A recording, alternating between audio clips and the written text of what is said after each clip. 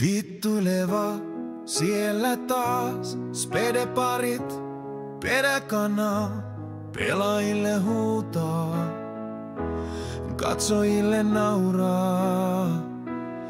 Puolihäyttömiä puhuvat, ei järkeä lainkaan, mut silti näitä kuunnellaan aina uudestaan.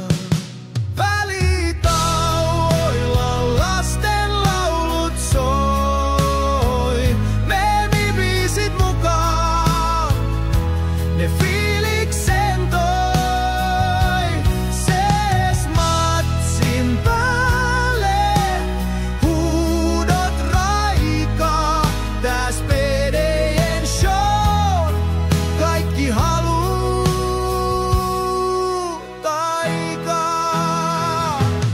Taktisia analyysejä ihan päin mäntyä.